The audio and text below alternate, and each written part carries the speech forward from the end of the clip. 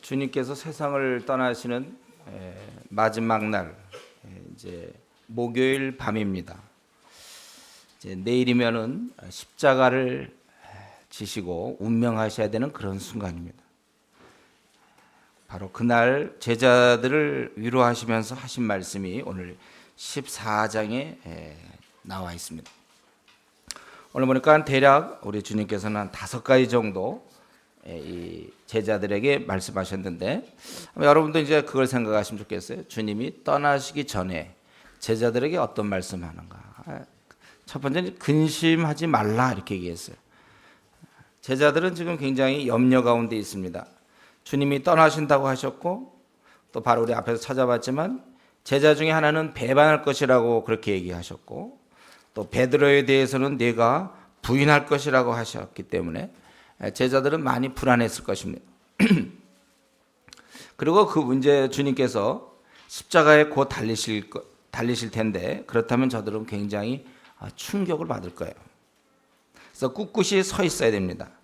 그렇기 때문에 주님께서 제일 먼저 이제 떠나시면서 하신 말씀은 너희 근심하지 말라 이렇게 말씀하셨어요. 근데 여러분, 그 근심하지 말라 그러면 그 근심을 안 합니까 우리가? 예를 들면 의사가 어떤 거 먹지 말라, 뭐 짠 음식 먹지 말라, 안 먹으면 되죠, 그죠? 음식 같은 거라든가, 뭐 지각하지 말라, 지각 그런 거 좀 그런 거 고칠 수 있어요. 그렇지만 내가 좀 막 염려 근심이 됐고 그러는데 근심하지 말라. 예를 들면 우리가 막 그 놀이기구 같은 데 가서 막 그 오락내락 막 그런 거 있잖아요. 그거 무서워하지 말라고 거기 지도 요원이 이거 타고서 무서워하지 말라고, 안 하면 되구나. 결심, 무서워하지 말아야지. 그렇게 됩니까 이런 게? 이게 습관의 문제가 아니라는 거예요. 근심하지 말아야 되는데 그렇게 하지 않을 힘이 어디 있겠는가. 곧 이어서 나오는 거지만, 하나님을 믿으니 또 나를 믿으라. 하나님을 믿으니 또 나를 믿으라. 우리가 이 땅에 살아가면서 근심이 있죠, 우리에게. 또 근심의 종류는 참 다양합니다. 어떤 때는 입시 같은 거, 아무리 공부를 열심히 했어도 실수하면 어떡할까, 이런 거 우리 걱정하지 않나요? 저도 이전에 입시를 앞두고 밤새 한 잠도 못 잤어요. 내일 실수하면 어떡할까. 그때 제가 연약해서 그랬죠. 또 자기의 결혼이라든가, 과연 우리 애들을 끌고 내가 먹고 살 수 있을까, 이 앞날의 문제라든가, 건강, 뭐 결혼, 또 자녀, 사업, 우리는 여러 모양의 근심을 할 수 있습니다. 근심은 여러 모양이에요. 그러나 그것에 대한 해결책은 딱 한 가지입니다. 바로 그것은 하나님에 대한 믿음이에요. 여기 보면 근심하지 말라, 하나님을 믿으니 또 나를 믿으라. 딱 한 가지. 근심이 어떤 근심이든지, 뭐 입시든지 자녀든지 사업이든지 결혼이든지 취직이든지 건강이든지 앞날이든지 여러 가지가 우리가 있겠고, 어쩌면 매일매일 근심에 지낼지 몰라요. 또 우리 비 오는 날 차를 운전하면 또 혹시 또 남편이 또 어떻게 하지 않을까, 또 뭐 어떻게 되지 않을까. 우리는 항상 그럴 수 있지만, 이러한 다양한 근심을 이길 수 있는 것은 딱 한 가지, 하나님에 대한 믿음이라는 것입니다. 그렇기 때문에 세상 사람들은 결국 근심 가운데 살 수밖에 없어요. 왜냐하면 하나님을 믿지 않으니까. 그러나 또 그리스도인이라고 해서 다 그러냐? 그건 아니에요. 그리스도인이라고 해도 근심이 많은 자들이 있습니다. 앞날에 염려가 많은 자들이 있어요. 떨어지면 어떡하나. 대표적인 그런 거 아닙니까? 시험은 떨어지면 어떡하나. 떨어지는 거예요. 망하는 게 아니라니까. 이제 그런 믿음을 가지셔야 돼. 우리가 하나님을 우리가 믿으니까. 그러니까 결국 그리스도인 중에도 유난히 좀 걱정이 많고 근심이 많은 사람들, 돌아봐야 됩니다. 자신이 하나님에 대한 믿음을 진짜 갖고 있는가.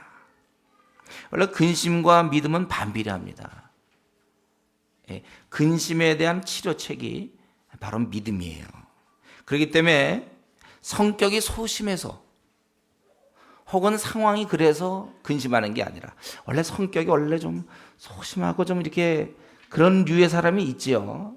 우리는 그래서 근심하고, 어떤 사람은 좀 배포가 크기 때문에 근심하지 않을 것처럼 생각하지만 그게 아니라, 그 사람이 근심이 많은 것은 성격이 소심해서가 아니라 믿음이 없기 때문이라는 거예요.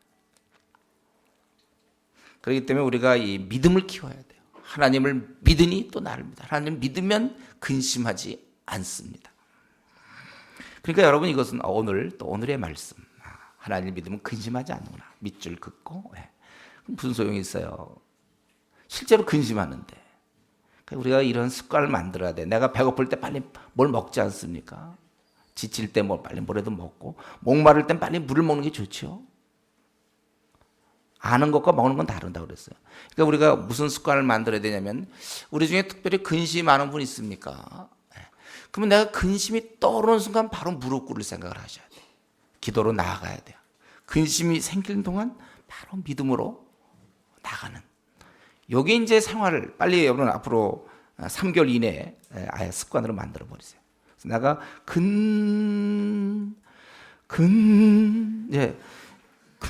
하려고 할 때면 봐서 무릎으로 꿇고 나가. 그래서 암단의 문제, 시험 떨어지면, 결혼이 이게 잘 안 되면, 교통 상황, 그러면 아예 태어나지 말았어야죠.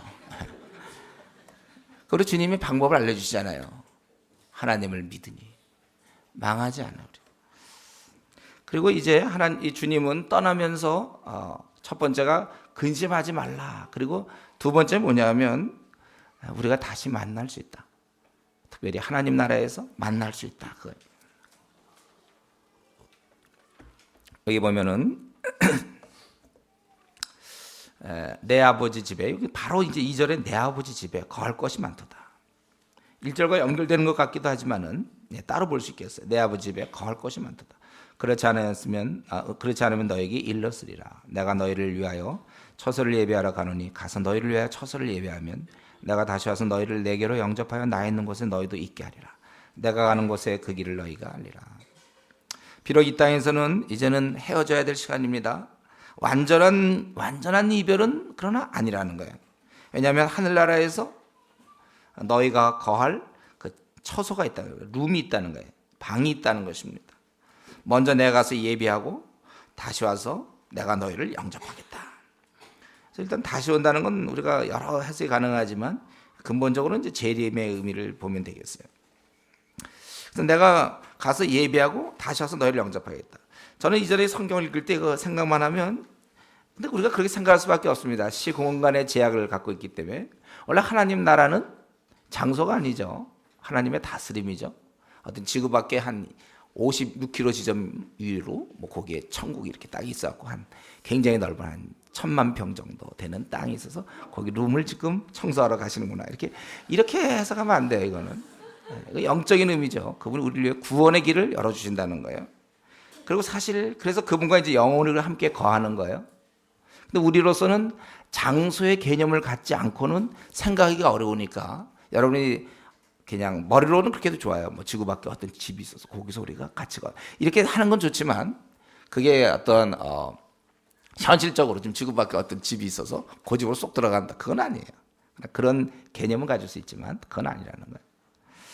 그래서 여기 보면은 이제 이것이 바로 우리가 지금 신앙생활하는 최후의 목적입니다. 우리가 신앙생활하는 목적. 결국 내가 그분과 영원히 함께 거하겠다. 그러니까 지금 이 땅에서 그분과 영원히 거하기를 싫어하는 사람들은 사실 천국 들어갈 자격이 없는 거예요. 지금 이 땅에서 그렇게 싫어하면서 왜 그 땅에서 같이 지내려고 합니까? 이 땅에서 같이 지내기를 원하는 자들이 그 나라에 들어가는 거예요. 우리는 이걸 기억하셔야 돼요. 이 땅에서는 우리가 임시적인 삶, 지나가는 그러한 길을 우리가 가고 있다는 것입니다. 그리고 우리는 무대를 옮길 것이고 우리의 본격적인 삶은 그날 그곳에서 시작된다는 거예요. 우리는 모두가 다 원래의 고향으로 돌아가게 돼 있어요.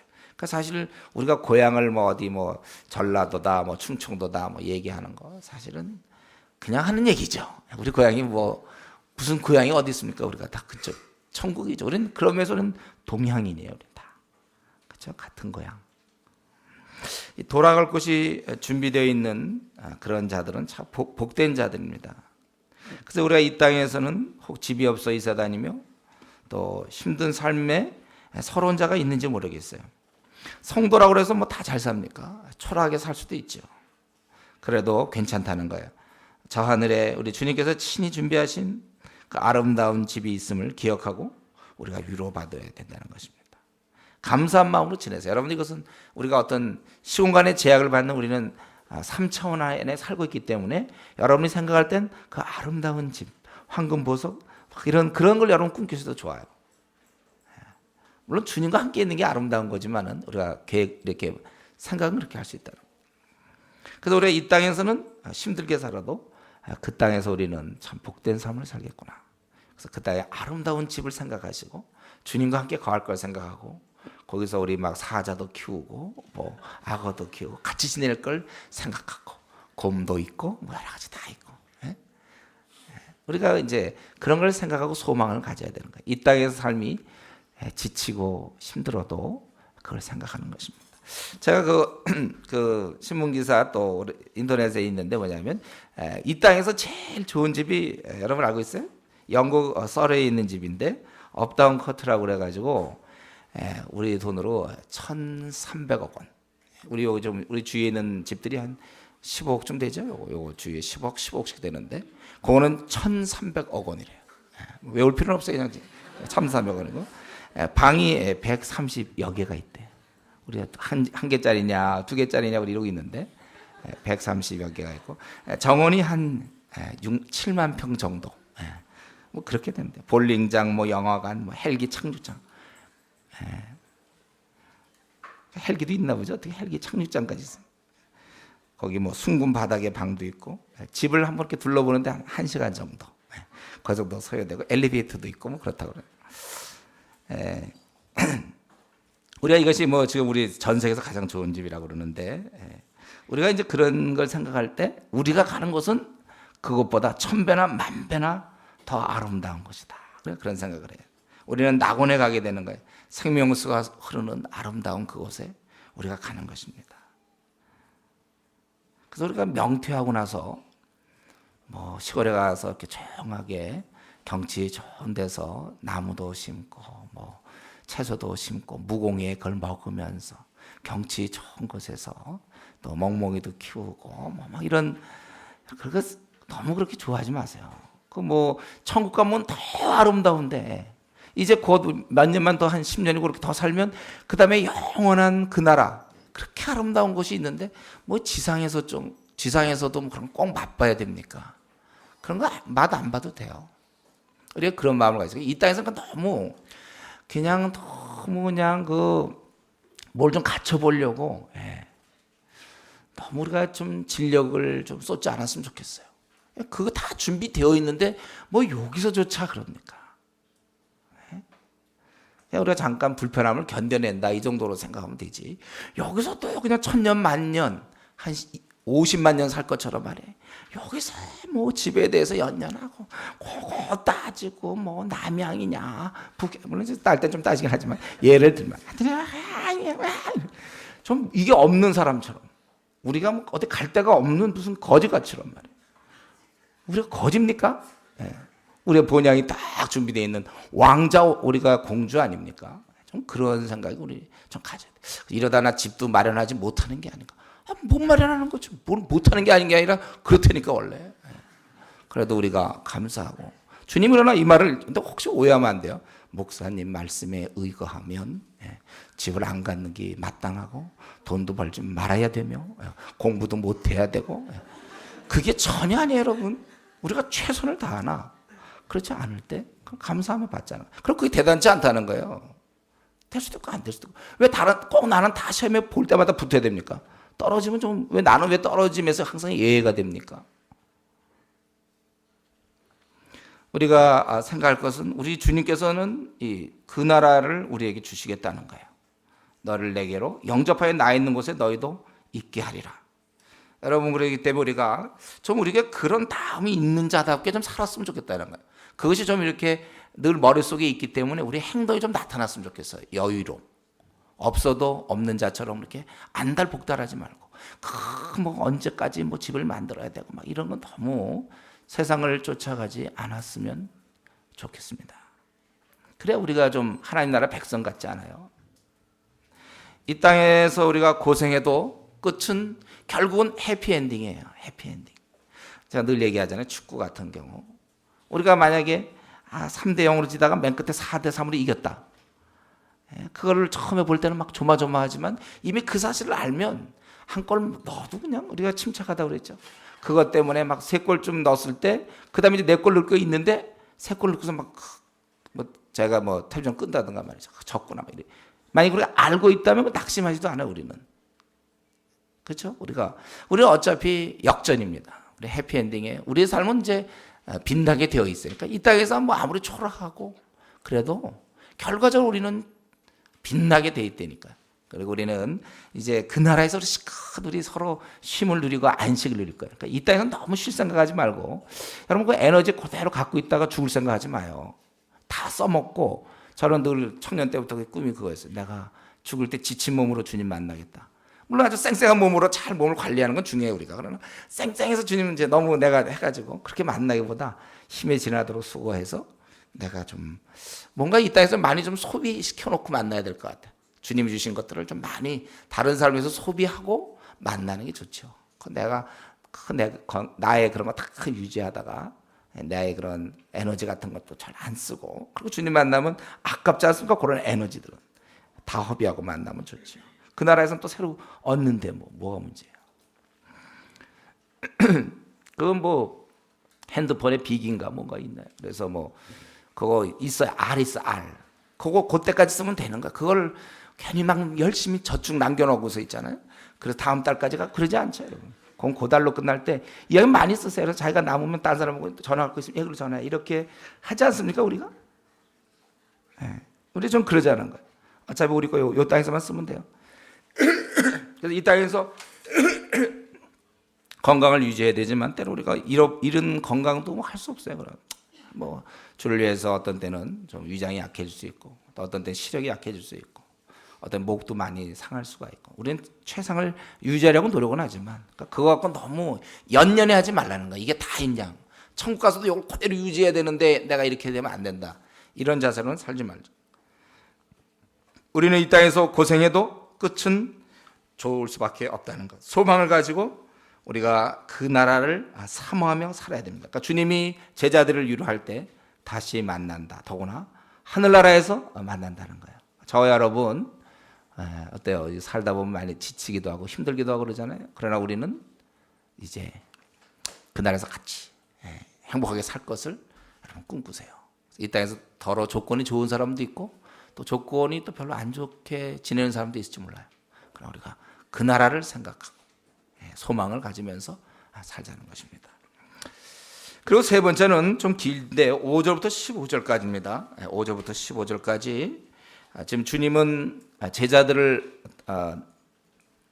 떠나면서 근심하지 말라. 그리고 이제 우리가 다시 만나서 함께 갈 것이다. 세 번째는 좀 약간 이게 5절부터 15절까지 전체적으로 뭐냐면 너희가 생각하는 그 하나님 아버지 바로 그가 나다 이거예요.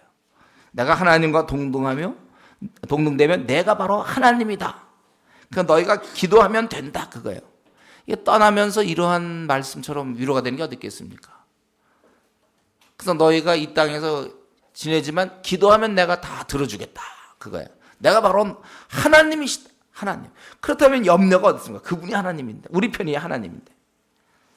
그래서 이제 이럴 때 도마가 질문하죠. 이제 그 내용인데요. 3절부터 15절까지. 이런 도마의 질문과 빌립의 질문 덕분에 이제 우리가 주님이 하나님 되심이 확연하게 여기서 드러나는 거예요.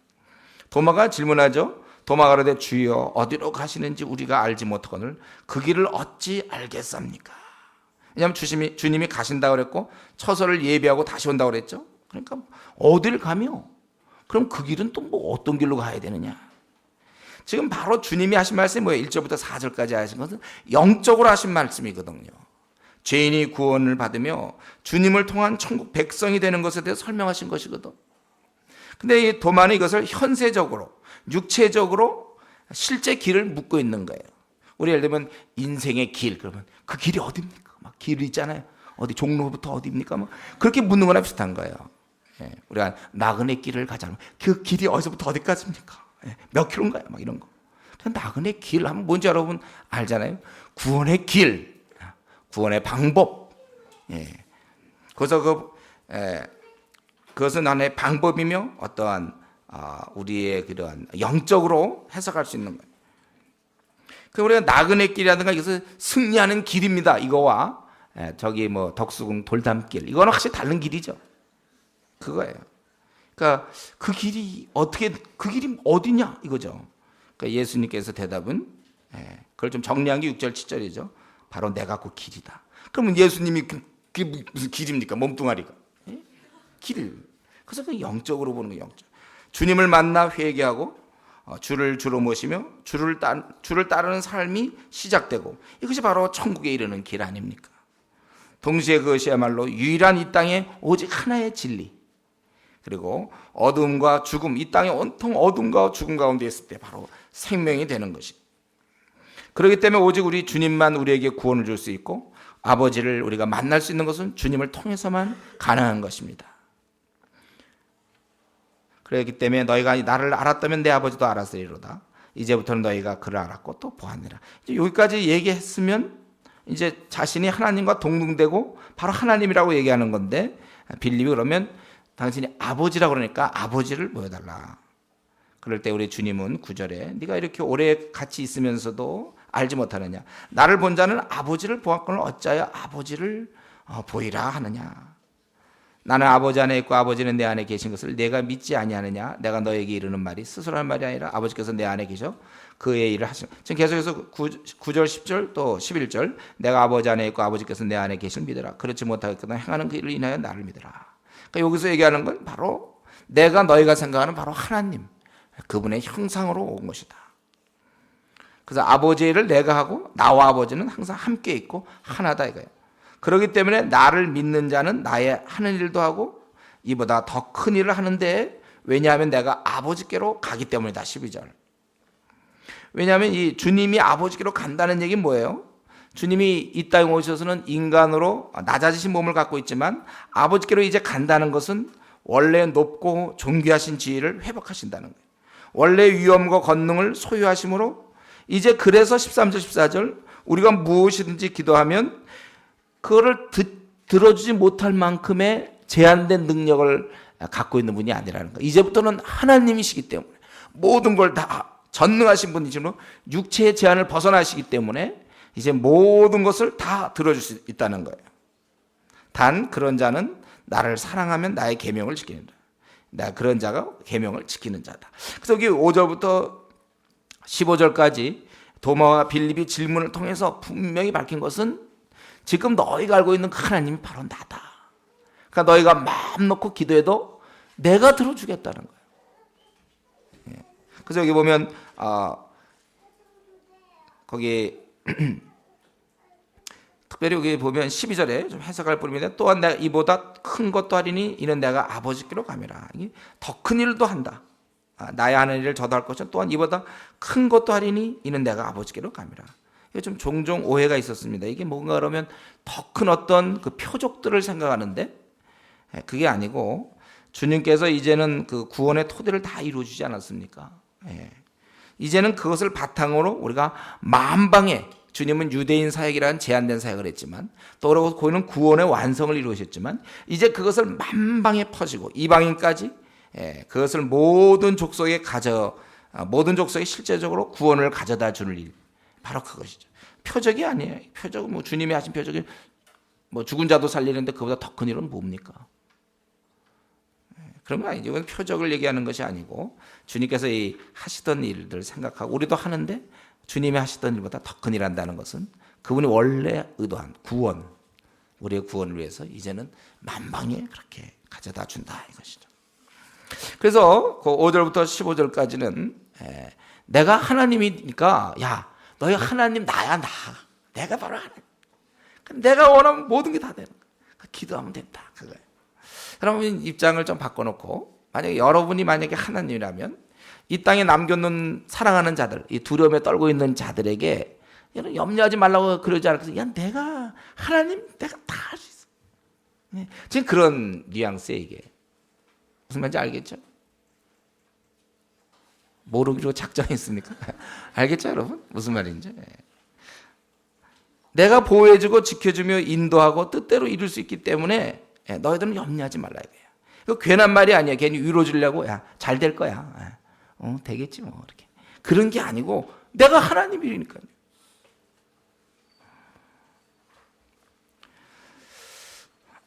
그래서 그냥 하는 말이 아니라 정말 기도하고 간구하면 내가 이루어주지 못할 것이 없다는 거예요. 전능자 바로 하나님이시기 때문에. 그래서 우리 주님께서 이 말씀하시는 것은 지금 근심하지 말라. 너희가 이제 함께 나와 영원히 같이 있다. 그리고 세 번째로 내가 하나님이니까 너희는 기도하면 뭐든지 다 들으신다. 너희가 내 이름으로 무엇을 구하든지 내가 시행하리니 그렇게 할 수 있어요. 이제는 이는 아버지로 하여금 아들이나 영광을 얻으시게 하람이라. 기도를 통하여 우리가 영광을 생각해야지 자기 뭐 잘 먹고 잘 사는 거 생각하면 안 되겠죠. 내 이름으로 무엇이든지 내게 구하면 내가 시행하리라. 분명히 주님이 이렇게 말씀했습니다. 이 말씀하신 이유가 뭘까요? 자, 이 시간에 우리가 생각해 보세요. 주님이 이 말씀을 하시면서 우리에게 원하는 건 뭐예요? 믿음을 갖고 간구하라는 거예요. 이 말씀은 내가 지금 능력이 생겼다. 능력이 생겼구나. 한번 그걸 뽐내려고 제자들한테 아무든지 구하면 난 다 들어줄 수 있는 자다. 지금 그거 좀 설명하는 거야 지금. 그러니 너희가 기도하면 된다는 거죠. 큰 위로죠 이거. 세상에 우리가 앞으로 많은 어려움을 당하겠지만 기도하면 된다는 거예요. 그분은 지상에 이 땅에 온 우주의 최고고등 제일 높으신 분, 무엇이든지 가능하신 분. 그래서 이 말씀을 하시면서 우리에게 원하는 것은 결국 간구해라 그거예요. 주님은 들으시고 응답할 준비가 되어 있다는 거예요. 누구든지 다 기도만 하면 만사 형통하다는 것입니다. 할 수 있다는 거예요. 누구든지 큰 인물이 될 수 있으며 성공자가 될 수 있는 것입니다. 여러분 이 말씀이 그 뜻이에요. 내 이름으로 너희가 구하면 내가 시행하겠다. 그러니까 아무리 우리가 세상에서는 혹시 어떻게 지내다가 건강을 잃을 수도 있고 또 실패할 수도 있고 힘이 없고 소망이 없는 자라 할지라도 언제든지 역전할 수 있는 카드를 항상 갖고 있는 거예요. 언제든지 역전할 수 있어요. 여러분 다 망한 것 같습니까? 인생 완전히 망한 것 같습니까? 그래도 끝이 아니에요. 인생을 완전히 망한 것 같고 나는 이제 이거 다 하고 뭐 예를 들면 아편 중독이 됐다든가 그래서 이제 뭐 서울역 같은 데 가서 이제 그냥 거기서 떠돌면서 노숙자로 살거나 아니면 그 카지노 있잖아요. 카지노인 데 가서 보면 거기 이렇게 집에 못 들어가고 주변에 돈 다 잃고서는 집에도 못 들고 그냥 거기서 이렇게 도는 사람들이 있대서 어떻게 밥이나 한 끼 얻어먹으면 다행이고 이 사람도 왕년에 무슨 뭐 사장들이었고 그랬는데 어떻게 도박의 유혹에 조금 들어갔다 그냥 돈 다 잃고 집에도 못 가고 거기서 빌빌대는 사람.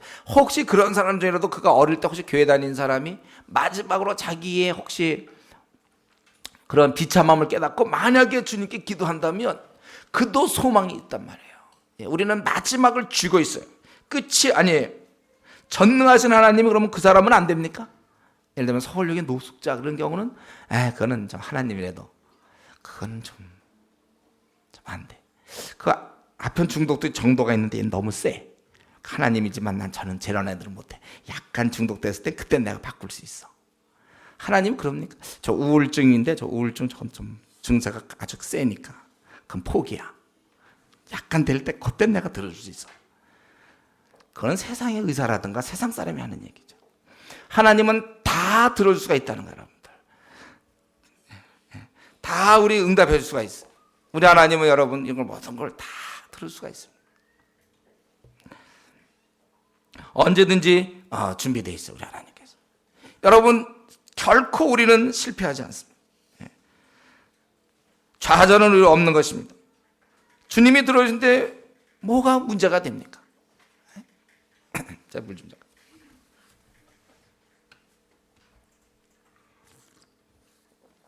우리가 아무리 실패를 해도 우리가 아무리 망한 것 같아도 우리에겐 이 기도 내 이름으로 무엇인지 내게 구하면 내가 시행하리라 이게 있기 때문에 자기의 삶을 들여다볼 때 별로 성공한 것 같지가 않고 어떻게 하다가 내 삶은 이렇게 됐나. 난 잘못 안 했어도 주위 사람 때문에 그럴 수도 있어요.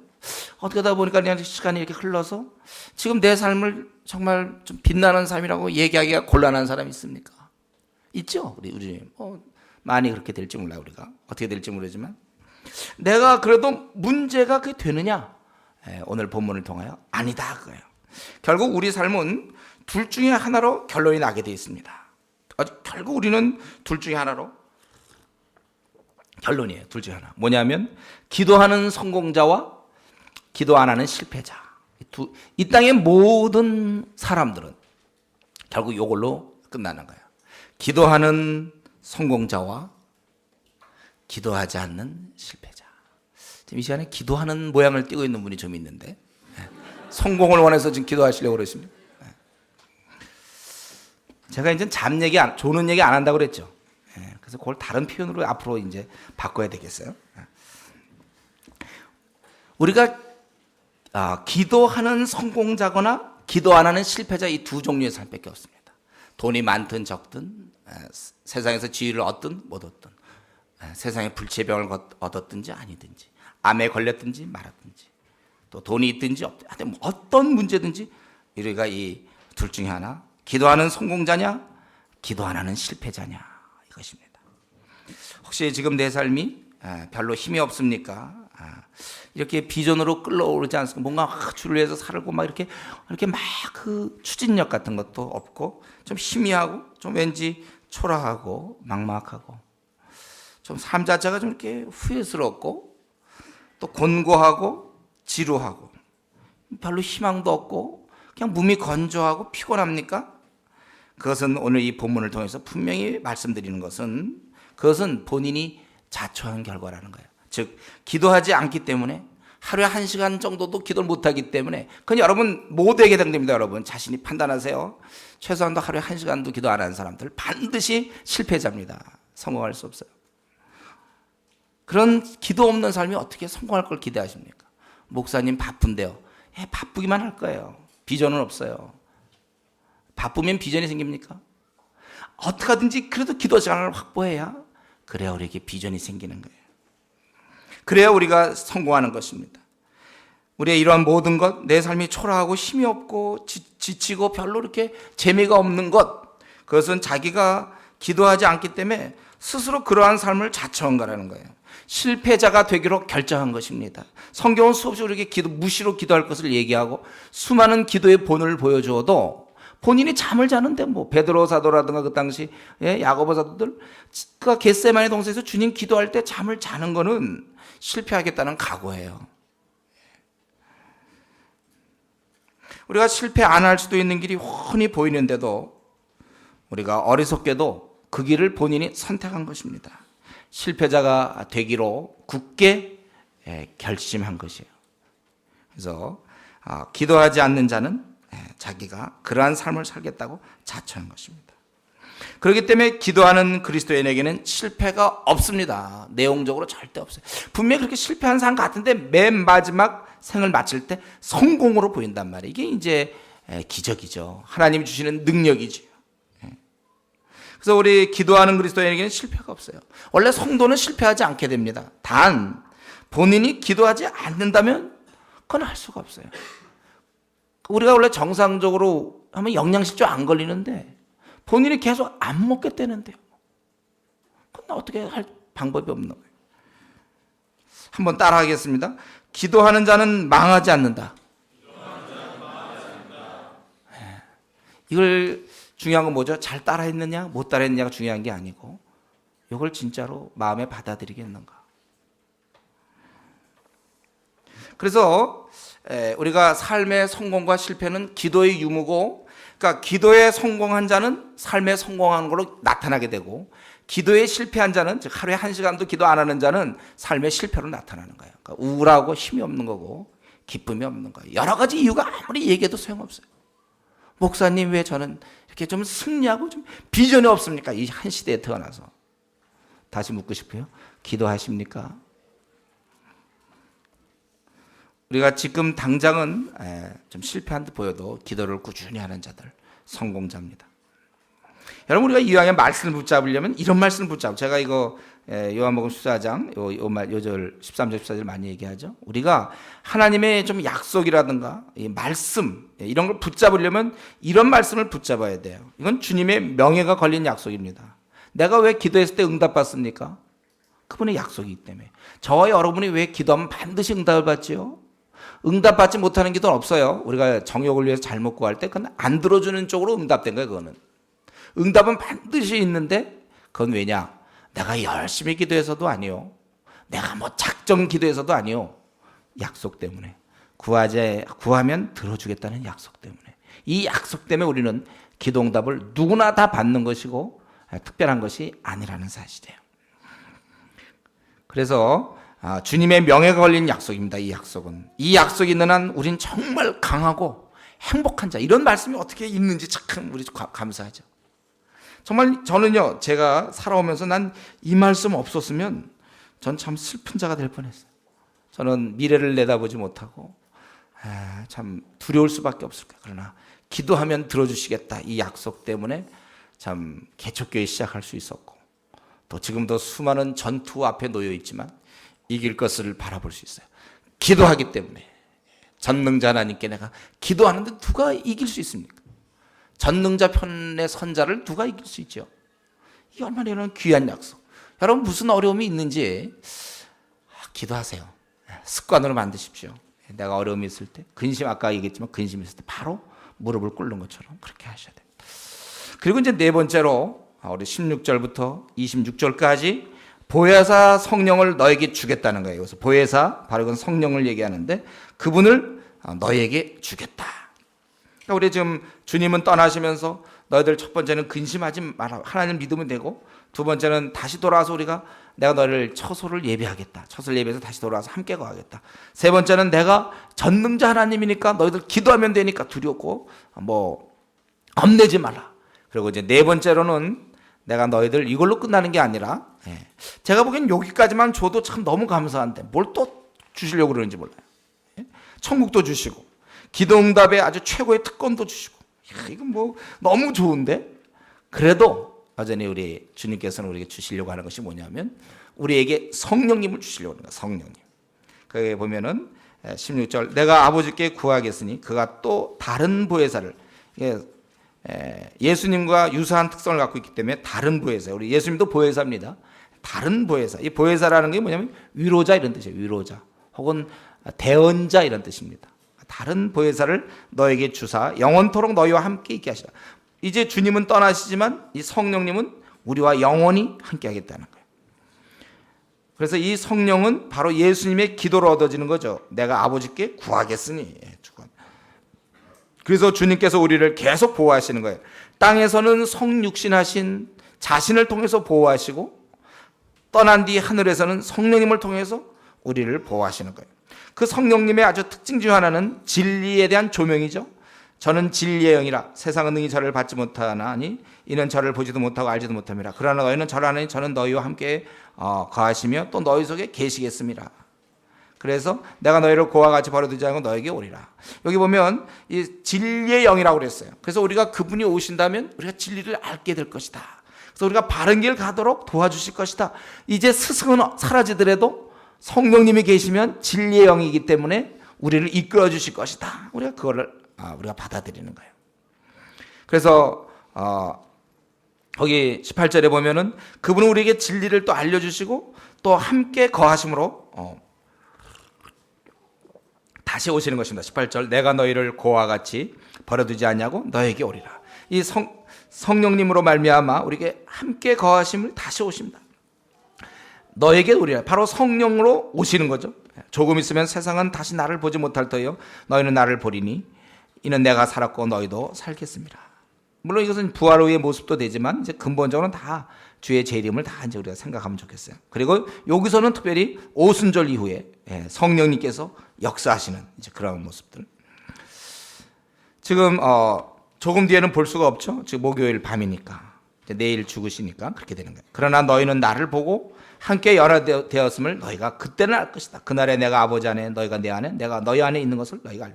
오순절 이후에 우리가 이제 성령님이 오심으로 우리가 함께 연합되었음을 우리가 알고 있어요. 우리가 하나님의 자녀인 걸 여러분 다 알고 있죠. 저와 여러분, 우리가 하나님의 자녀인 것을 알고 있단 말이에요. 다만 너희들은 나를 좀 떠나지 마라. 내가 너희와 함께 있을 건데 다만 그런 조건이 나의 계명을 가지고 지키는, 아까 15절과 같은 말이에요. 나의 계명을 가지고 지키는 자라야 나를 사랑하는 자니 나를 사랑하는 자는 내 아버지께 사랑을 받을 것이요 나도 그를 사랑하여 그에게 나를 나타내리라. 나를 떠나지 말라. 계명을 갖고 지켜야 나를 사랑합니다. 성령님 우리에게 오시지만 우리가 그분과 늘 연합되기 위해서는 우리가 어떻게 돼야 돼요? 그 계명을 갖고 지켜야 되는 거예요. 그런 자는 아버지께 사랑을 받고 나도 그에게 나타내리라. 여기서 나를 나타낸다는 건 무엇입니까? 보여준다는 것입니까? 그러니까 이게 오순절 이후에 우리가 성령님이 와 계셔서 우리가 늘 그 말씀을 따르다 보면 매일매일 주님에 대해서 깊은 관계를 우리가 얻게 되고 영적 지식이 늘어나며 매일매일 신앙이 진보되도록 허락해 주겠다는 거예요.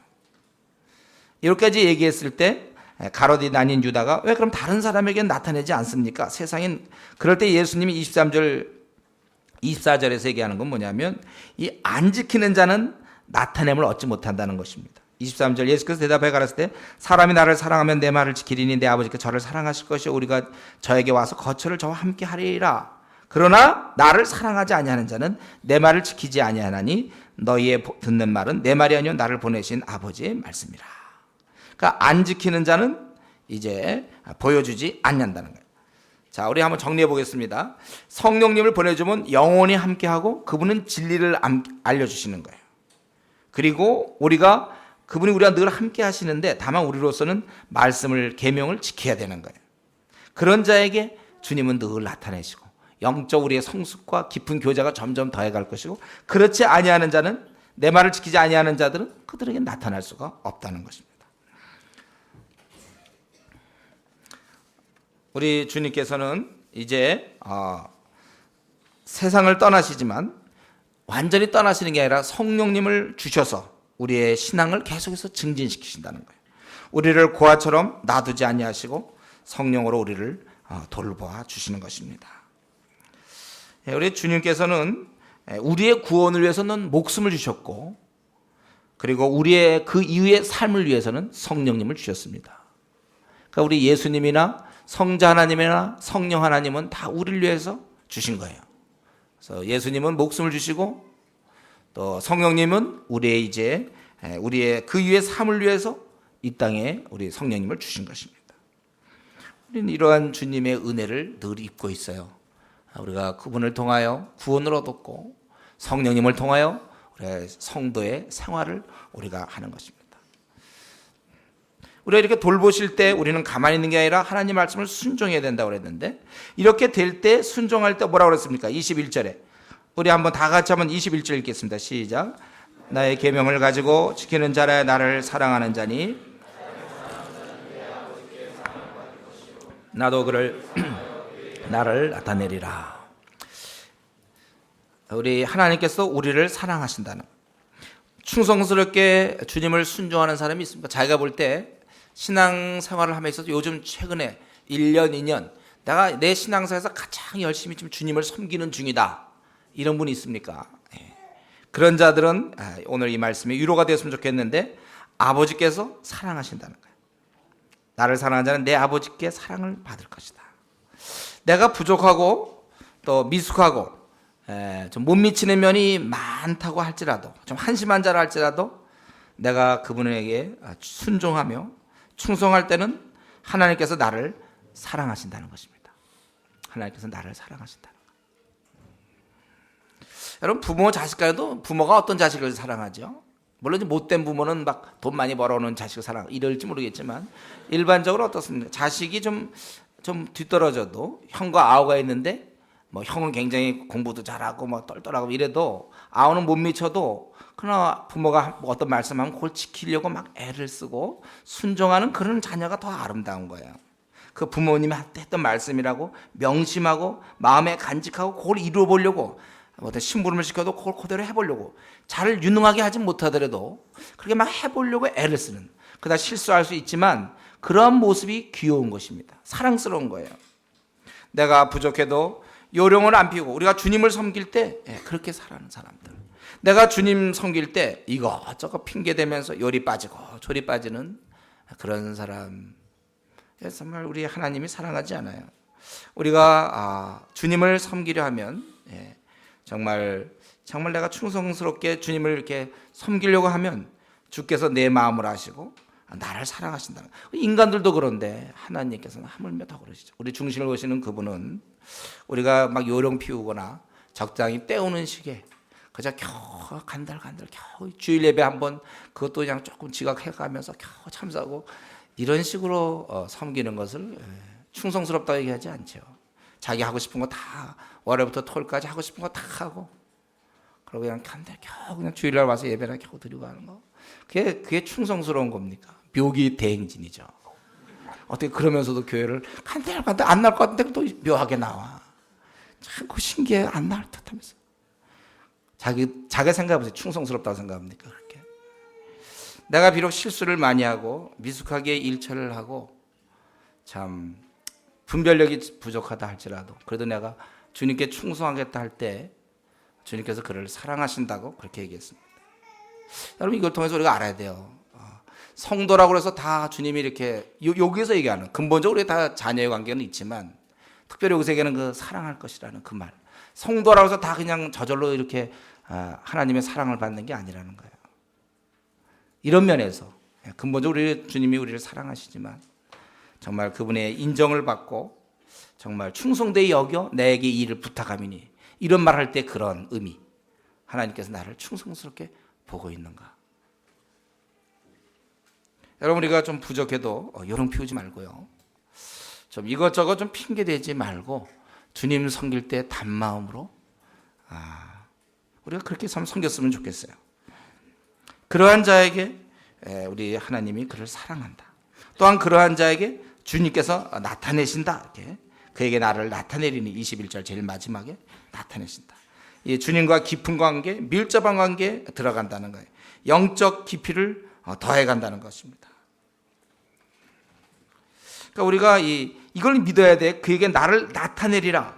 깊이를 더해간다는 것은 뭘 전제합니까? 이거 딱 있을 때 내가 앞으로 크게 사용될 수 있는 가능성이 있다는 거예요. 내가 주님의 일할 때 혹시 처음 출발은 남들보다 뒤질 수 있어요. 깨달음이 부족하고 좀 분별력도 좀 부족하고 잘 안 돌아가 머리가. 그러니 눈치가 없고 좀 막 그럴 수 있어도 그래도 충성하는 자는 뭐가 있어요? 그분이 나를 나타내기 때문에 처음엔 그렇지만 그렇게 1년, 2년 정도 지나면서 차이가 나기 시작해. 그 충성스러운 사람이 어리숙하고 이러던 사람이지만 거기에 열매가 맺히기 시작해요. 그래서 그가 나타나심으로 여기서 나타내겠다고 그랬거든요. 이 깊이를 더해간다는 거예요. 그래서 그가 크게 사용될 수 있다는 거예요. 이거는 이 말씀은 저의 경험입니다. 저는 그런 사람을 많이 봤어요. 제가 우리 청년들 많이 만나볼 때 처음에 만났을 때 보면 확실히 얘가 앞서 있어요. 얘는 머리도 잘 돌아가고 좀 유능하고 분위기도 파악하고 싹 벌써 분위기를 다 알아요. 한 번만 척하면 척이에요. 쓱 딱 이게 처음엔 그렇게 나와요. 그럼 하나는 쓱 그럼 뭐 엉뚱하게 뻑 이러고 막 이상한 일이 있어요. 근데 충성스러운 사람이 있어요. 그 사람이요 처음엔 참 제 경험상 있죠. 처음엔 참 많이 웃었습니다. 너무 웃겨. 이게 분위기상 이거 하면 이게 나와야 되는데 엉뚱한 게 나오거든.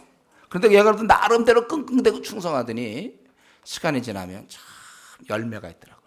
전 많이 봤어요. 제가 이전에 우리 사람들한테 간사들이 많이 배출됐거든. 제가 이제 키우던 사람 중에 그 간사들 모습 보면 그거예요. 충성스러워. 머리는 잘 안 돌아가는 친구 꽤 많았어요. 제가 기억하기로 머리 잘 안 돌아가고 와갖고 제가 될까 할 정도로 처음에 너무 안 맞아. 이게 코드가 너무 안 맞고 그러나 충성스러움이 있어. 걔가요. 딴 건 없어. 하더니 되게 우직하고 있잖아요. 되게 충성스러워 하더니 그럼 되게 꽤 안 부리고 꽤 부릴 만한 이것도 좀 웃긴 해요 원래. 그래서 하더니 되게 충성스러워. 그럼 나중에 보면요 열매가 많아요. 그런 자들이 주의하더라고요. 그럼 확실해요. 머리 잘 돌아가고 뭐 이렇게 그런 사람들은 못해요. 정말 그런 사람 더 큰 은혜 받아야 돼요. 그래서 우리가 할 일은 뭐냐 하면 내가 지금 잘났든지 못났든지 하나님 말씀에 대해서 내가 순종하고 충성하면 그럼 여러분 거기에 열매가 있는 거예요. 괜히 알면서도, 머리 잘 돌아가는 사람들은 이 알면서도 자꾸 위기를 모면하고 말이죠. 이게 방황을 하려고 그래요. 어떻게 하든지 좀 자기를 아직도 살리려고 그래요. 우리는 다 죽었습니다. 더 이상 나의 자존심도 없고 나의 위치도 없고 우리는 다 죽은, 정과 욕심을 십자가에 못 박은 자들이 우리 이 자리에 모여 있는 거 아닙니까? 그렇기 때문에 우리가 크게 사용될 것을 기대하죠. 내가 지금 좀 일을 잘 못하고 일을 항상 하면 늘 이렇게 빵꾸 안 하고 늘 문제가 생기고 막 이런 사람들 충성하세요. 계속 충성하세요. 낙심하지 말고. 왜냐하면 주님이 나도 그를 사랑하여 그에게 나를 나타내. 여기 조건이 그가 영리하면 나타나겠다든가 유능하면 나타나겠다는 거 없어요. 사랑하면, 말씀을 계명을 가지고 지키는 자야 나를 사랑하는 것이다. 여기 주님의 사랑에 대해서 분명히 얘기하고 있죠. 주님을 사랑한다는 것은 그저 자기 하고 싶은 일이나 몇 가지 해놓고 스스로 기만당하지 않도록 주의하십시오. 참 주님에 대한 사랑은 뭐냐면 그 말씀을 따라 순종하는 자, 그 말씀을 지키는 자, 말씀을 따라 자기를 고치며 말씀에 따라 자기를 부인하며 순종하는 자가 주님을 사랑하는 자예요. 이미 내가 어느 정도 된 듯해서 내 생각에다가 성경을 맞추고, 내 생각과 안 맞으면 성경 거 빼고, 내가 내 생각 딱 있고 성경은 내 필요시 이렇게 맞추고, 내가 그저 하고 싶은 것만 하는 것, 이거는 종의 자세가 아닙니다. 내 생각을 비워놓고 그분의 가르침에 전적으로 한번 나를 맞춰보세요. 내가 지금까지 신앙생활 10년 했고 20년 했는지 모르지만, 그렇기 때문에 내가 이제 어느 정도 이렇게 될 거라고 생각할 것이 아니라 항상 그분의 가르침, 거기에 전적으로 나를 변화시키는 것. 우리는 죽을 때까지 변화되어야 될 사람입니다. 이미 완성된 사람들이 아니에요. 미완성의 사람들이에요. 변화되고 변화되는데 말씀의 기준을 가지고 자꾸 바꿔야 돼요. 또 바꾸고 또 바꿔야 돼요. 우리를 또 변화되고, 저와 여러분 계속 변화돼야 됩니다. 말씀의 기준을 가지고 내 생활을 들여다보고 고쳐내고, 이런 자가 진짜 주님을 사랑하는 자예요. 우리 사랑을 자꾸 감정으로, 그래서 저 십자가를 묵사하고 막 울고, 그 귀한 일이죠. 그런 건 눈물 없는 사람이 얼마나 많습니까? 그러나 그런 마음인 건 이해는 되지만, 사랑은 뭐예요? 계명을 지키고 순종하는 자다. 말씀 따라 자기 삶을 고쳐나가는 게 사랑이지. 자기의 이기적인 생각을 깨고, 남을 섬기지 않으려는 마음을 깨고, 높고자 하는 마음을 낮추고, 어떻게든지 모든 사람의 종이 되고, 말씀에 의해서 자기 생을 깨고 자기 가만 놔둬놓고 필요한 말씀 붙잡아놓고 좋다고 그러면서, 그게 아니라 말씀에 따라 자기 삶을 완전히 재조정하는 자가 진짜 그분을 사랑하는 자라는 거예요.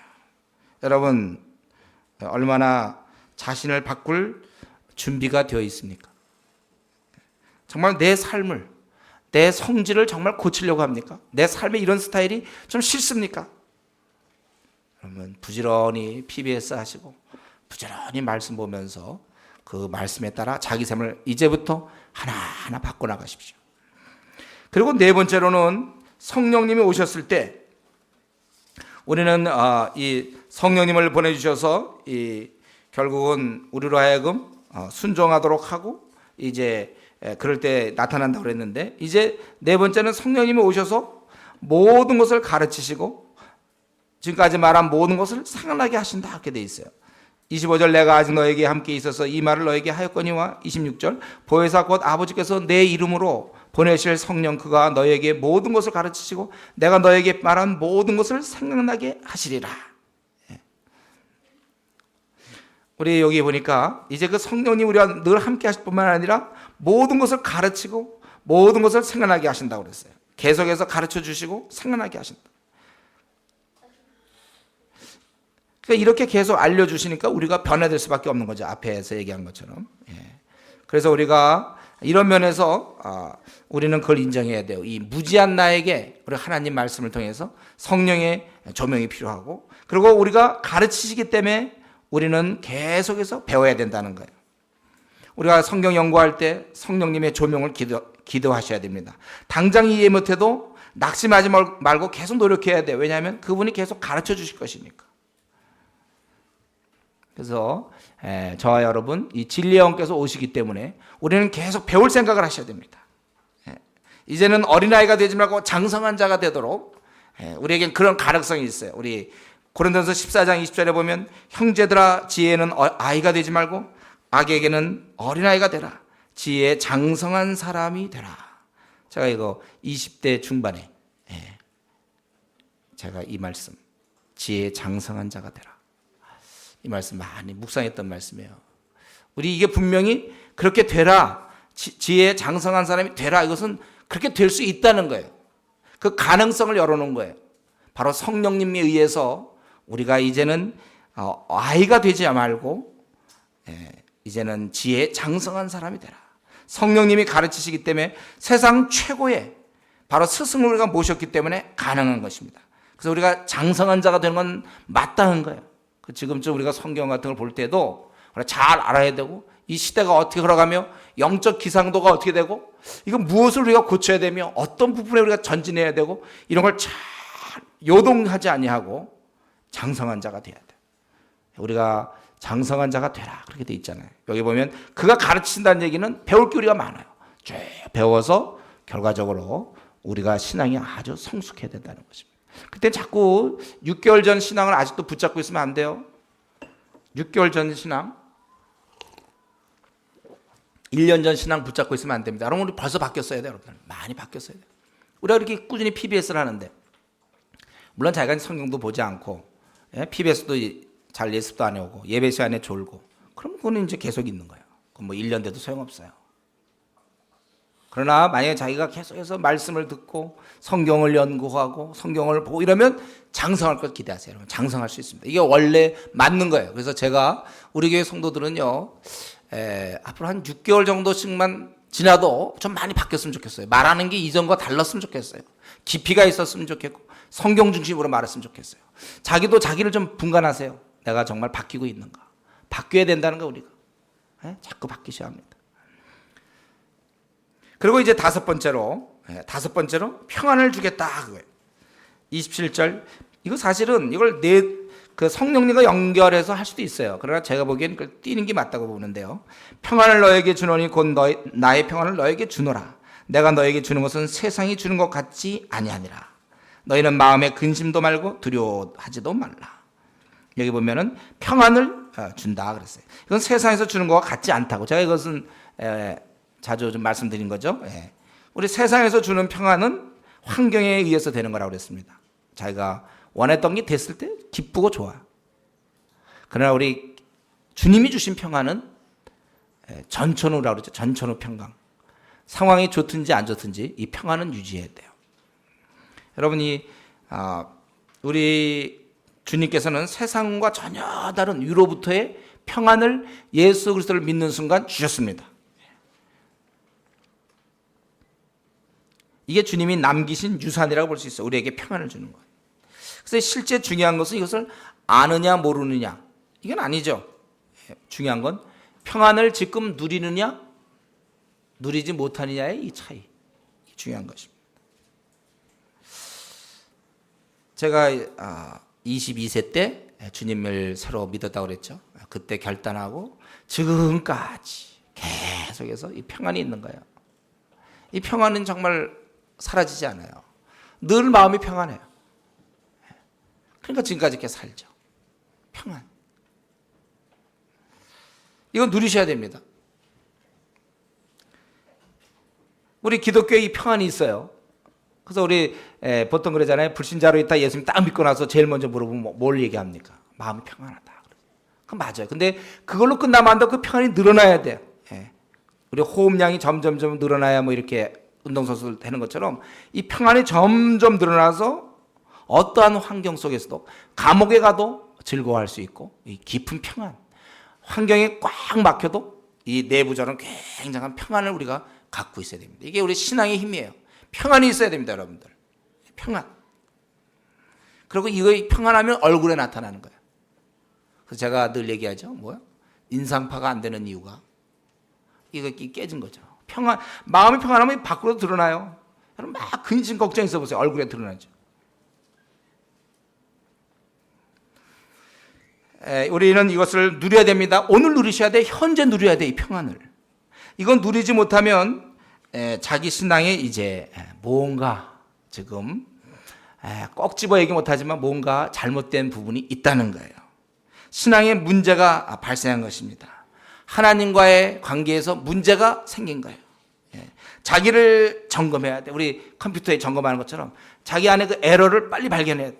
내가 지금 뭐가 문제가 있는지 그것을 찾아내서 고쳐야 되는 것입니다. 여러분, 이것을 느릿느릿 지체하지 마세요. 내 안에 평강을 잃었는데도 불구하고 지체하려고 하지 마세요. 좀 버티려고 하지 마세요.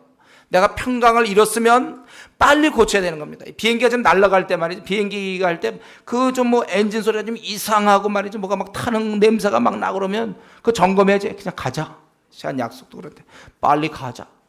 그러면 안 되는 거예요. 비행기가요. 막 시동을 걸고 엔진 소리가 저는 잘 모르지만 말이죠. 예를 들면 엔진 소리가 따다닥 이상 소리가 나면 빨리 그래도 약속 거기 스케줄 가자 이러면 안 되잖아요. 그 가치는 그러고 가면 됩니까? 우리 매일매일에 지금 이 영적 전쟁이 있고 우리를 유혹하고 쓰러뜨리는 마귀가 항상 지키고 있고 우는 사처럼 두루다니며 삼키자를 찾는데 사자인데 뭐 무기도 제대로 변변히 준비 안 하고 있잖아요. 그럼 나가면 되나요? 평안을 잃은 분이 있습니까? 우리 가운데 이상하게 내 마음에 평안이 없어요. 나 그때 옛날에 예수님 처음 믿을 때 참 좋았는데 요즘 내 마음에 평안이 없어. 이거 발견해야 됩니다. 그리고 고치셔야 돼요. 우리는 그래서 언제든지 내일이 월요일이죠. 월요일 날도 아주 평안해야 되고 목요일 날, 이번 주 목요일 날 다 평안하셔야 돼요. 지금 이 시간 평안하셔야죠. 3일 전에 평안했죠. 그때도 물론. 늘 평안하셔요. 지금 제가 이 말씀 드리는 것에 대해서 이해가 안 되는 분 있습니까? 그건 무슨 말입니까? 심각한 거예요. 주님이 주시는 거예요, 평안을. 저 여러분 이걸 누려야 됩니다. 내가 아무리 힘든 직장에서 야근을 하고 막 어떤 때는 정말 막 화가 나고 그러다 하더라도 근본적으로 내 안에는 평안이 있어요. 가정생활에서도 근본적으로 평안이 있어요. 평안이 우리가 항상 있어요. 그래서 우리 주님께서는 떠나면서 저들에게 평안을 주겠다 이렇게 약속하시고 그리고 이제 마지막 28절부터 31절까지 좀 정리가 되는 거죠. 내가 갔다가 너에게 온다 하는 말을 너희가 들었나니 이제 지금까지 한 것을 좀 정리하면서 하는 거예요. 너희가 들었나니 나를 사랑하였다면 나의 아버지께로 감을 기뻐하였으리라. 너가 진짜 나를 사랑한다면 내가 오히려 아버지께 가는 걸 기뻐하게 돼 있다는 거예요. 왜냐하면 지금 예수님은 원래 인간이 아니시거든요. 원래 그분의 자기를 비워 종의 형상을 가진 거죠. 원래 그는 주인의 모습을 갖게 되는 거예요. 이 땅에 지금 고난 중에 있지만 하늘에서는 영광이에요. 그러니까 그렇기 때문에 이 아버지로 가는 것이 주님을 정말 사랑한다면 주님이 잘 되는 걸 기뻐하는 거잖아요. 아버지는 나보다 크십니다. 이 말 때문에 오해가 있었죠. 여호와 증인은 이제 예수님이 피조물이라는 뭐 이런 거라든가 예수님이 이 뭐 하나님보다 못하다 할 때 이 구절이죠. 아버지는 나보다 크십니다.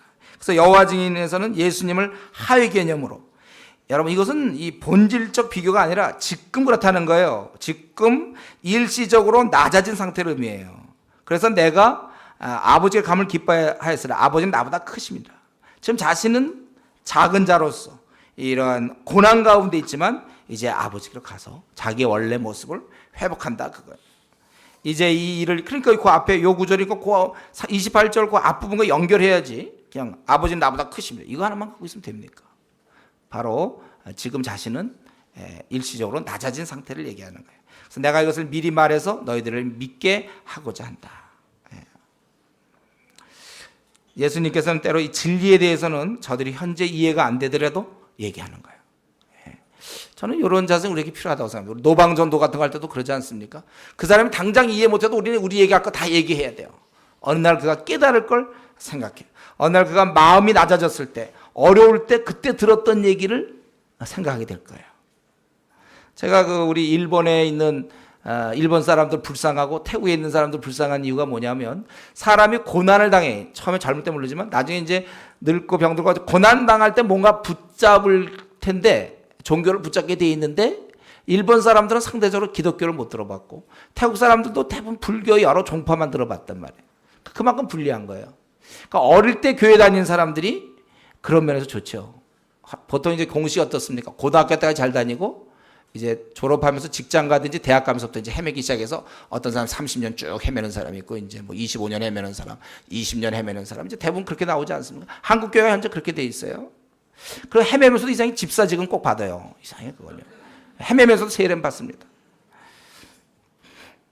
그래서 나중에 이제 돌아올 수 있는, 그러나 그런 사람이 나중에 돌아올 수 있는 것은 그들이 진리의 말씀 들어서 날 깨닫고 죄인인 거 깨닫고 이렇게 될 수 있다. 저는 이제 그렇게 해서 돌아오기 때문에 이 어릴 때 복음을 들려주는 건 참 중요하다고 생각하는데, 다만 나중에 돌아오면 좀 안타깝죠. 억울해요. 좋은 시절 다 보내고 열매 다 맺을 수 있는 기회 다 놓쳐서 그때쯤 준비하려니까 너무 예를 들면 늦게 돌아오면 그때 배울래도 이게 자꾸 뭐 안 되잖아요. 늦게 막 할머니 돼갖고 그때 돌아와서 그냥 열심을 내면 성경을 배우자. 성경 학교 있잖아. 노인 성경 대학 막 배우 되게 열심히 밑줄고 그래도 하나 배우면 2개 까먹는데 뭐. 참 그때는 억울해. 그땐 배울 때가 아니죠. 이제 정리하고 주님 만나야 배워야 될 때 그때 이제 남은 생을 주님께 드리자. 그러면 참 억울해요. 그래서 여러분 어떻게 하든지 제가 좀 부탁하고 싶은 것은요, 방황 그만하세요. 어차피 그 방황 그거 뻔한데 결과는요. 그러면 자기가 그 방황한 세월만 손해요. 열매를 맺어야 되니까 혹시 나 요즘 좀 슬럼프요.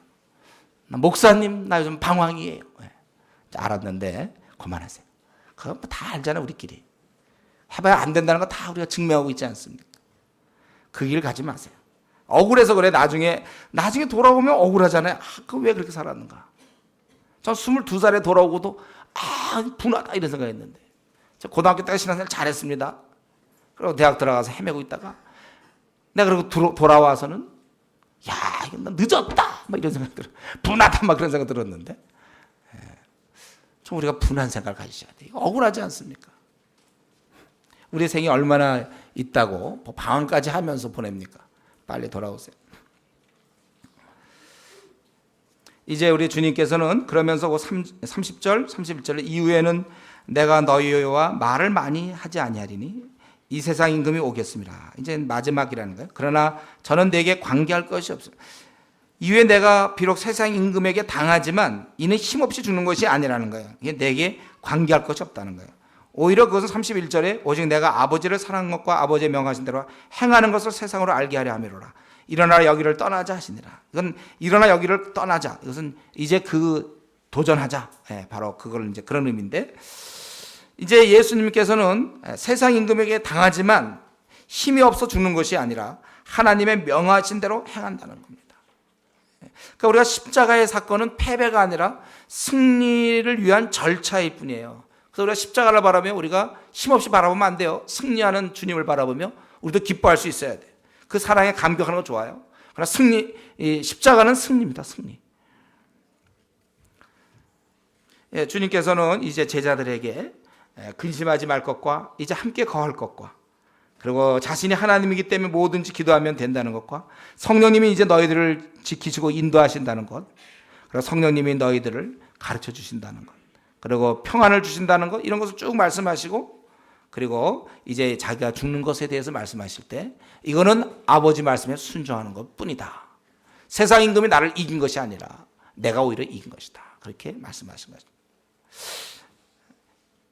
이 마귀의 공격, 우리 요 말씀만 마지막으로 하고 마쳤으면 좋겠는데, 이 마귀의 공격과 방해가 있지만은 내게 관계할 것이 없으니 내가 아버지의 명한 대로 행한다.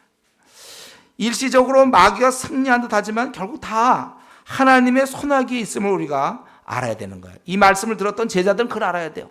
하나님의 손아귀 있구나, 손에 있구나. 그래서 안심할 수 있어요. 여러분, 세상의 모든 일은요 다 하나님의 손 안에 있습니다. 그렇기 때문에 우리 앞에 펼쳐질 일에 대해서 우리가 용감히 맞서야 돼요. 힘든 일이나 이러다가 어떻게 될까 하더라도 최후 승리는 우리의 것이라는 거예요. 그렇기 때문에 주의 뜻을 행하는 자들, 우리에게 망하는 것이 없다는 사실을, 결코 지지 않는다는 사실을 명심해야 됩니다. 온 우주의 절대자, 전능자 하나님, 우리가 그분의 명대로 하는 우리들이 나가는 그 길에 패배는 없습니다. 일시적으로 패배처럼 보일 수 있을 거예요. 결국 그러나 하나님의 군대는 승리하게 되어 있는 것입니다. 우리 징기스칸, 지금 텔레비전에서 해주죠. 징기스칸. 토요일 날 해서 우리 잘 못 보고 그러는데, 어쨌든 징기스칸. 그 영화를 볼 때 여러분 싸움이 벌어진다 보세요. 그래도 우리는 알고 있어요. 징기스칸이 이길 거라는 걸. 막 포위당해도 저 사람은 안 줄 걸 알고 있죠. 작은 부락들이 이제 자꾸 싸울 때 부족들, 요즘 어디까지 진도 나가는지 모르지만 부족끼리 막 붙는다. 그래도 우리는 이 군대가 별로 좀 수가 적고 막 그래도 어떻게든 이길 거라고 알고 있죠. 그리고 징기스칸은 꼭 잡힐 거지만 안 잡힐 거라는 걸 예측하고 있죠. 여기서 그래서 부족끼리 싸우다 거기서 죽고 끝날 거라고 생각합니까? 보는 사람이 있어요? 안 봅니까? 전 지금 상상해서 얘기해 주는 건데 여러분한테. 보는 사람들 그럼 제가 관전 포인트를 알려드릴게요. 그 볼 때는 징기스칸은 절대 안 죽어요. 나중에 통일해야 되거든. 징기스칸 전체야. 당대 세계 최강의 그 나라. 몽고족 거기에 이제 왕으로 등극해야 되기 때문에 부족끼리 싸우다가 칼만 죽고 말이지 이러면 징기스칸 그럼 끝나는 거야. 지금 그럼 뭐 50분인지 100분인지 모르는데 그러면 그 다음 판은 징기스칸 아들이 나타나서 뭐 복수하나 뭐 하나. 그건 이기게 돼 있어요, 여러분. 예? 마찬가지 우리는 하나님의 군대란 말이에요. 우리 주님이 십자가에서 이게 진 게 아니에요. 이긴 거거든. 그분의 뜻대로 행한 것이다. 그러니까 자기가 떠나더라도 두려워 말라 승리하는 것이다 이거예요. 우리는 이 말씀 보면서 바로 우리가 이 땅의 최강의 군대라는 군사라는 사실을 기억하세요. 우리와 맞서서 싸울 자는 이길 자는 없어요. 이 땅에. 그렇기 때문에 우리 자신에 대해서 위축하면 안 됩니다. 위축되면 안 돼요. 내가 어떤 것을 주를 위해서 꿈을 품었으면 반드시 그건 이루어지는 것이고 승리하는 거예요. 꼭 내가 원하는 그 방식은 아닐 수 있어요. 그러나 그렇게 되는 거예요. 그러니까 우리가 선교사 가는 것도 그런 거 아닙니까? 좀 깜깜한 곳에 갈 때 주를 믿으니까 가는 거죠. 그러니까 이걸 우리가 상황을 들여다보면 못 가요. 그렇지 않겠습니까? 과연 뭐 후원하는 사람이 제대로 후원할까? 가서 기후에 잘 맞을까? 과연 내가 하는 게 될까? 또 방해가 있을 때 어떡할까? 또 모슬렘 지역 같은 데 가서 그거 발각되면 죽는데 어떻게? 뭐 이런 거 하면 못 가는 거죠. 그러나 내가 하나님의 군대이기 때문에 나는 승리한다. 때로 내가 죽은 것 자체가 승리가 될 수 있어요. 여러분 우리 자신에 대해서 위축되면 안 됩니다. 우리가 하나님의 크신 손을 의뢰합니다. 이건 목회자들도 그거죠. 하나님의 일을 하기 때문에 된다고 믿는 거예요. 또 우리 조장들도 마찬가지. 조언을 돌볼 때도 내가 하나님이 기뻐하는 거 하는 이상 된다고 생각하는 거예요. 우리가 하나님의 큰 손을 의뢰하면서 각자에게 주신 그리고 우리 교회 공동체에 주신 사명을 위해서 우리가 힘껏 싸워야 됩니다. 우리가 항상 하나님의 군사임을 명심하셔야 돼요. 그리고 이것은 승리예요. 하나님이 하는 일이 지는 게 어디 있습니까? 하나님을 의지했을 때 우리 이스라엘 역사를 보십시오. 유대 역사를 보세요. 하나님을 의지할 때는 어떠한 상황이든지 이기게 돼 있어요. 의지했는데 지는 건 없습니다. 우리 주님이 이렇게 사신 거예요. 십자가를 향해 전진하셨고 그래서 온 인류에게 구원의 희망을 주신 거예요. 이 큰 싸움에서 주님이 이기신 것입니다. 그렇기 때문에 제자들에게 내가 잡혀 들어가는 형태는 지금 잡혀서 못 박혀 죽는 것 같아서 질 것처럼 생각하고 이들은 참 두려워할 수 있지만 승리하는 거예요. 내 아버지 뜻대로 하는 것이다. 이거를 제자들에게 심겨주기를 원했습니다. 그들의 마음에. 여러분 우리가 다시 이 시간 생각할 것은 말세 중에 말세요. 소돔과 고모라의 땅에서 우리는 주님의 일을 하고 있습니다. 특별히 우리 주내교회 3,800만을 바라보면서 저들을 변화시킬 것 생각하고 또 우리 1,000만 성도들을 생각하고 북한의 2,200만의 영혼을 생각하고 중국의 14억, 13억, 14억을 생각하고 또 8억의 힌두교인들 9억 1,000만의 이 모슬렘을 생각하면서 우리 이렇게 전진하려고 하는데 여러분 우리에게 실패 없음을 생각하세요. 형태가 어떻게 될지 모르지만 반드시 주의 나라는 이기게 되어 있고 주의 군대들은 승리하게 되어 있습니다. 이거는 백전백승을 얘기합니다. 우리는 이길 수밖에 없어요. 그렇기 때문에 우리가 이 말세 내가 직장이나 학교나 어디서든지 주님의 영광을 위해서 내가 뜻을 품었다면 될 수밖에 없음을 알고 끝까지 밀고 나가고 흔들림 없이 주저함 없이 더욱 여러분 용기를 내어서 주님이 오늘 보여주신 것처럼 이제 내일 죽는데 그 싸움을 하고 있는 이 주님의 모습을 보면서 나도 이 나그네 길에서 한번 주를 위해서 내가 싸워야 될 것이고 그리고 그것에 대해서는 여러분이 위축되면 안 됩니다. 현재 주님을 위해서 일하고 있다면 나름대로 꿈을 갖고 밀고 있다면 여러분 두려워하지 마시고 승리할 것을 믿고 계속해서 전진하는 우리 귀한 성도님 되기를 바랍니다.